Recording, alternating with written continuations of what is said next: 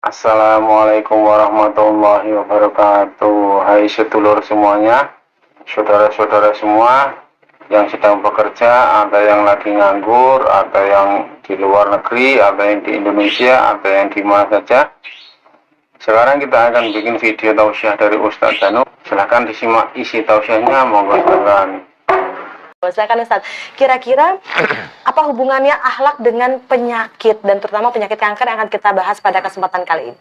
Iya, kalau di dalam Quran itu sudah tertulis, cuma memang banyak orang yang tidak tahu, banyak sekali orang yang tidak tahu. Contoh umpamanya salah satu hal itu wala tulqu bi aidikum ila tahlukat. Artinya adalah janganlah kamu menjerumuskan dirimu dengan perbuatanmu ke dalam kebinasaan. Jadi sebenarnya Allah sudah mengetahui bahwa orang ini kebanyakan dia melakukan perbuatan-perbuatan buruk untuk menuju kebinasaan, menuju ke arah kematiannya. Nah, ini biasanya hanya gambaran biasa.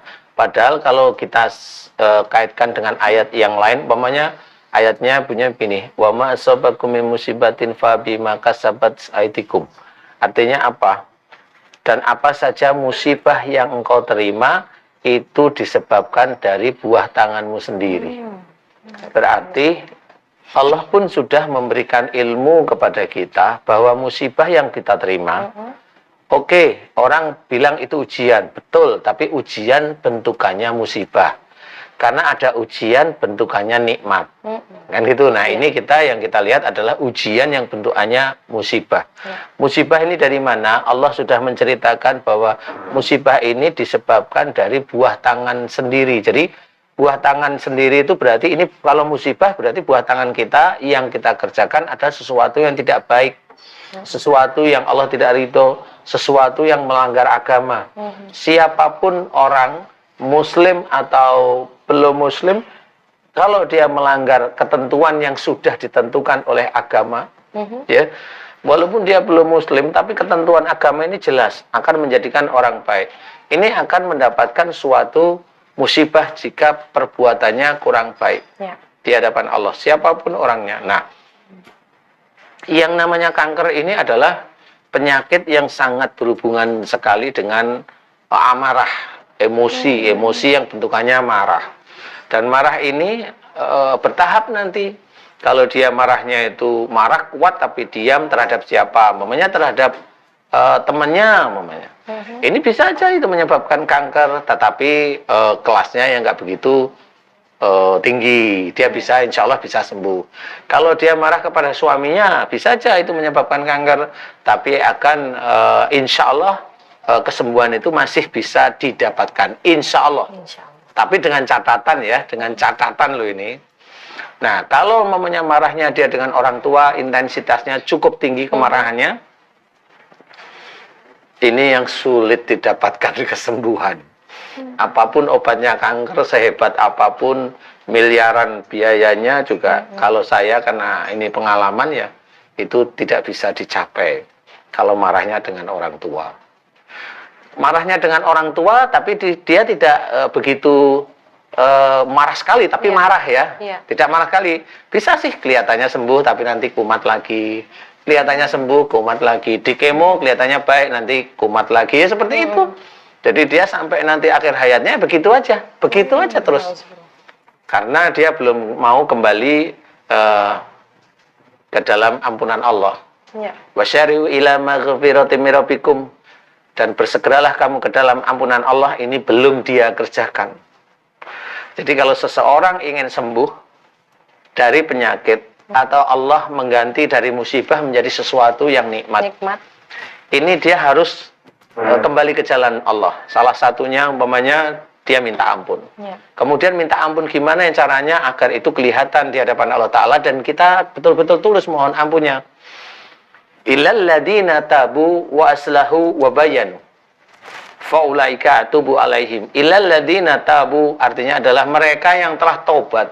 Nah, jadi dari perbuatan jelek ini kemudian mendatangkan musibah, kemudian di sini dia melakukan mereka yang telah taubat. Illal ladina tabu, mereka yang telah taubat. waslahu, dan melakukan kebaikan. Nah, jadi setelah tobat, seperti kita di bengkel akhlak ini kan diajak menuju ke arah baik. Ya. Diajak menuju jalan Allah. Jadi dia betul-betul mau berubah. Jangan marah sama orang tuamu. Insya Allah. Mau kamu minta maaf sama orang tuamu? Insya Allah mau. Tulus, ikhlas, insya Allah. Kemudian mau kamu mohon ampun kepada Allah Ta'ala setiap saat karena kamu marah sama orang tua udah berapa puluh tahun. Nah, sekarang kamu harus meminta ampun kepada Allah Ta'ala, ya sama urutannya, berapa puluh tahun. Mau? Insya Allah. Nah, sumpah yang seperti ini nanti Allah akan melihat pertanggungjawabannya bagaimana. Makanya di sini adalah diceritakan salah satu ayat ini, illal ladzina tabu, mereka yang telah tobat, wa aslahu, melakukan kebaikan, wa bayanu, dan memberikan nasihat kebenaran dari Quran. Langsung dijawab oleh Allah Ta'ala dalam ayat tersebut, faulaika atubu alaihim, maka tobat mereka lah yang aku terima. Jadi kalau mamanya Mbak Pauline pernah melihat tamu kita itu alhamdulillah langsung diberi kesembuhan oleh Allah Ta'ala, ya ini karena mereka mau tobat, mau berbuat baik, kembali ke jalan Allah, imannya cukup, amal solehnya cukup, langsung alhamdulillah diberikan kesembuhan oleh Allah Ta'ala. Itu Allah, cara Allah. Ya. Insya Allah seperti itu. Jadi intinya adalah kanker adalah suatu penyakit yang memang diawali dari kemarahan. Masya Allah. Akibat amarah. Amarah ya. Mbak Emi sendiri ada pengalaman tentang mengenai amarah? Ada sih ya. Juga Dulu saya juga pernah kista tuh, Pak Ustadz.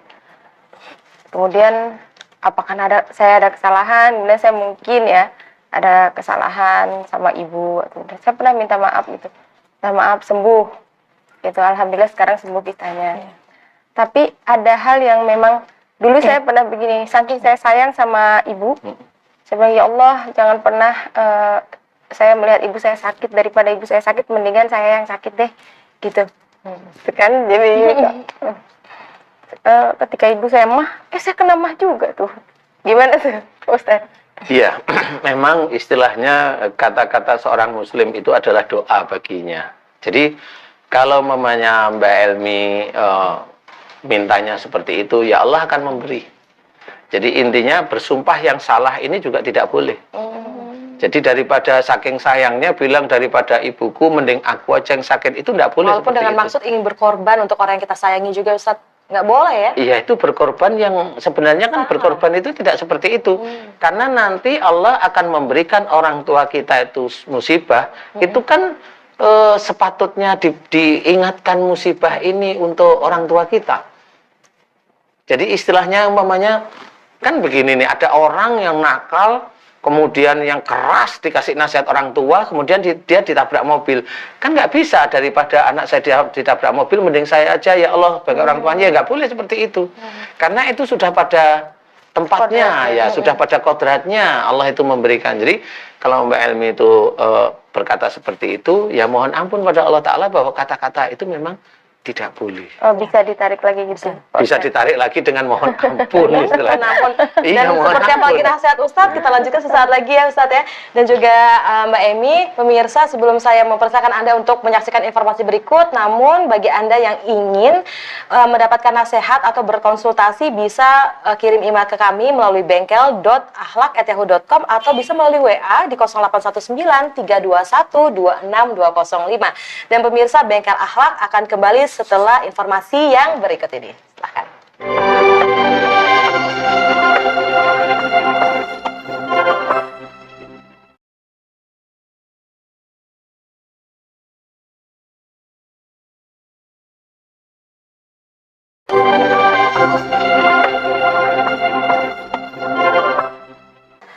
Pemirsa, kembali lagi bersama kami dalam program Bengkel Akhlak. Dan bagi Anda mungkin yang baru saja bergabung, bagi Anda yang ingin berkonsultasi atau meminta nasihat, bisa langsung melalui email kami di bengkel.akhlak@yahoo.com atau bisa melalui WA di nomor 0819 3212 6205. Dan pemirsa, tema yang sedang kita bahas adalah tentang penyakit kanker.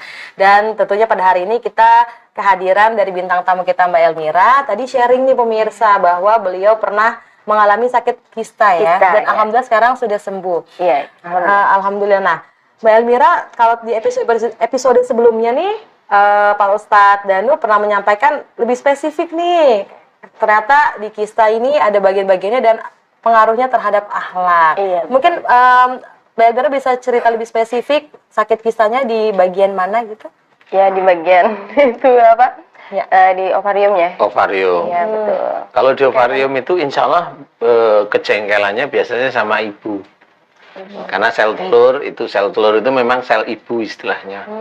Kalau jengkelnya sama bapak itu nanti di rahim. Jadi kistanya di rahim. Tapi kalau mamanya ini kista itu kan insya Allah hanya cairan. Ya. Itu gampang sekali sembuh.